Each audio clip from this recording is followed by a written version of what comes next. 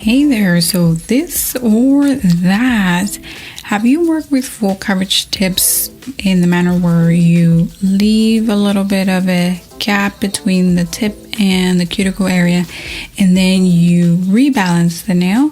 Well, if you have, you probably have incurred some awkwardness, maybe some disconnect happening up here at the cuticle area to the rest of the nail. So in today's video, we are going to cover how to make sure that that new extension is just one full piece. Let's begin.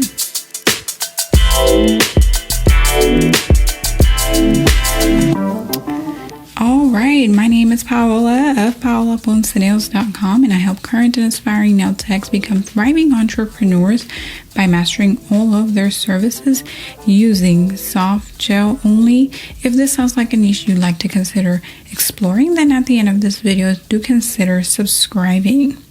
Real quick before we jump in, I wanted to invite you to a free training I'm hosting tomorrow. It's called the 3 Secret Application Techniques You Must Know for Monthly Wearing Gel Nails Using Kokoist Only. As you may have already known, I'm hosting a Kokoist online certification on the week of November 6th. This Thursday is the last time to join us, so if you want to punch your ticket in for that certification, enrollment closes November 3rd at 9 p.m. However, if you want to learn a little bit more about Kokoist, feel free to join that class, free class tomorrow, and you do have to register, so make sure you grab a spot using the link in the description box below. All right, back to today's topic. If you've applied your tips, and this is an ABS plastic tip, this is from Kokoist, this is their Gelip system, and they require that, or they suggest that you leave a 2 or 1 millimeter gap here by the cuticle area. Do you have to? I guess not. You can definitely press it back, but in the salon, I like to offer this style of full coverage tips where I leave a little bit of gap and then rebalance it, just so it looks more natural, of their nails. Sometimes I feel like when you do the full coverage nail and you tuck it right underneath there, as it grows out, you end up with this scenario of like a, little indent or lip, or maybe it lifting here. It lasts long, but I personally didn't like it. So when I was recommended to do it this way, per my Kokoist training, I was actually kind of very excited because I was like, hey, I was already doing that in the salon. I just felt like in the salon, for me, it just felt like a more professional service or way of doing these full coverage tips, because of course, when they first came out, we were all kind of skeptical and like, okay, is this really professional or worth it, or is it a phase? So it's here, it's here to stay. And again, that was just my preferred method. So first things first, even though this nail already looks like, wow, like it's smooth, like, it looks like part of the nail, like why would you even touch it? It actually won't be, because as you overlay it with gel, especially thinner consistency gel, which is what I use, this part here is actually not going to get flush, because it's going to either thin down, or if you had a thicker viscosity gel, this nail would just get too bulky. So first things first, in order to get a flush nail from here downward, I would definitely recommend you file or flush this down to the natural nail.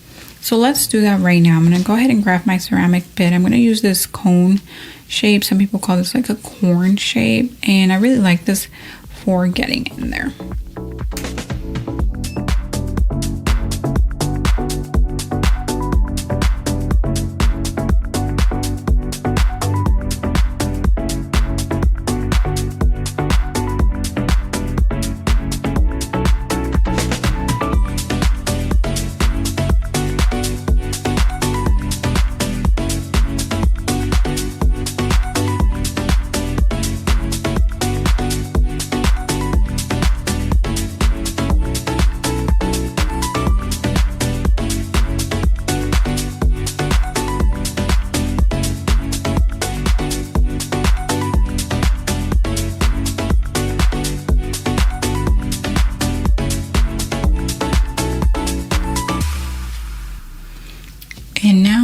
want to give this a final shape with just a gentle emery board, 180 grit. I don't want to reshape it. I just want to taper it in just a tad.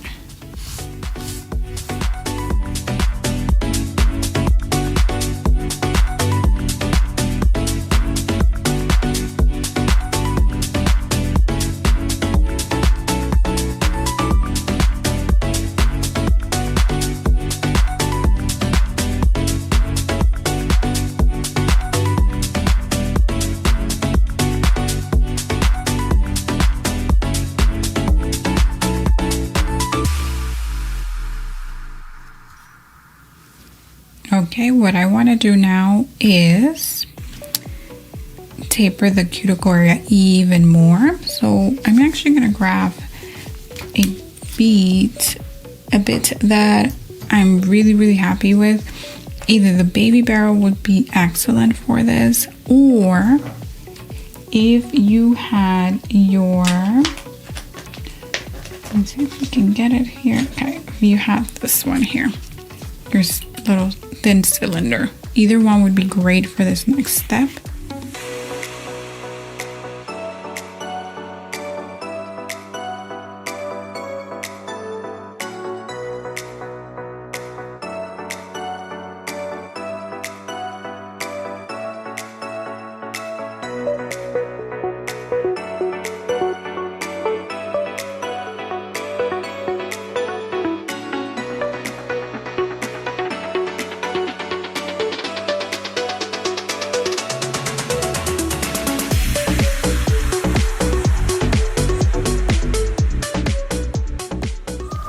Okay, and I'm almost home.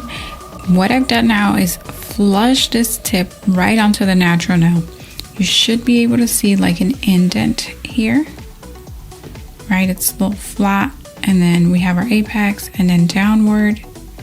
Well, now we want to kind of make everything the same height up here.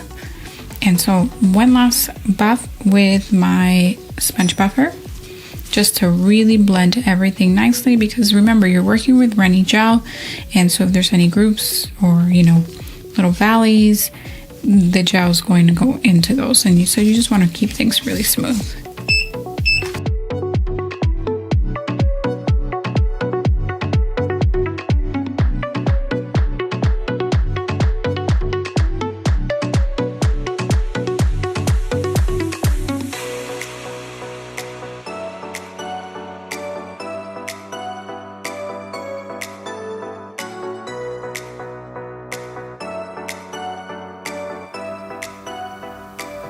Okay, now that everything is legitimately nice and smooth and blended, I want to take my base.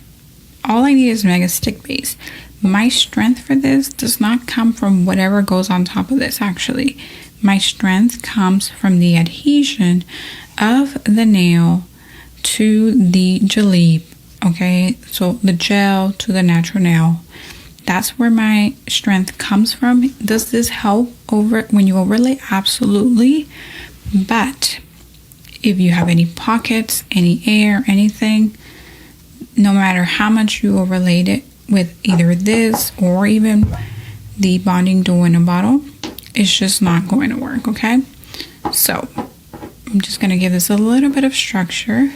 Now here's the common mistake. I think most people would grab a nice generous dollop. They'll set it there, right? And then just kind of comb through it and call it a day, right? And then just kind of wait for it to self-level. But if you notice, you've left a big gap over here, and you're just going to enhance this tall apex, but not really going to fill in anything there. So what I recommend instead is, I'm going to go ahead and wipe this off. And I do recommend that you work, if necessary, one nail at a time, if you feel like it's going to run away from you, okay? So check this out. Just using my 90% alcohol. Take every opportunity to push back the cuticle. Okay.